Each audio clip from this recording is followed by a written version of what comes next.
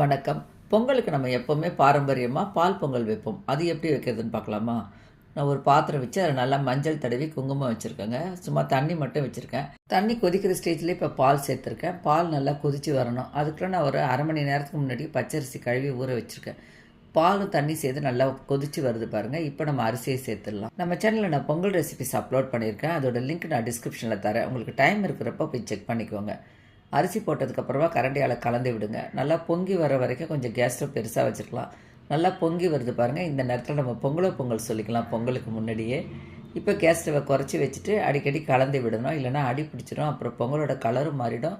சாப்பிட்றதுக்கு டேஸ்ட்டும் நல்லா இருக்காது. அதனால் நம்ம கொஞ்சம் கவனமாக பக்கத்துலேயே இருந்து இந்த பொங்கல் சாதம் வேகிற வரைக்கும் கலந்து விட்டுகிட்டே இருக்கணும். பிகினர்ஸ் யாராவது இருந்தால் என்னோடய மெத்தடை ட்ரை பண்ணி பாருங்கள். ரொம்ப சுலபமாக இருக்கும். உங்கள் எல்லாருக்குமே அட்வான்ஸ் ஹாப்பி பொங்கல். நம்ம சேனலில் வர வீடியோஸ் பிடிச்சிருந்ததுன்னா லைக் பண்ணி சப்ஸ்கிரைப் பண்ணிக்கோங்க. தேங்க்யூ.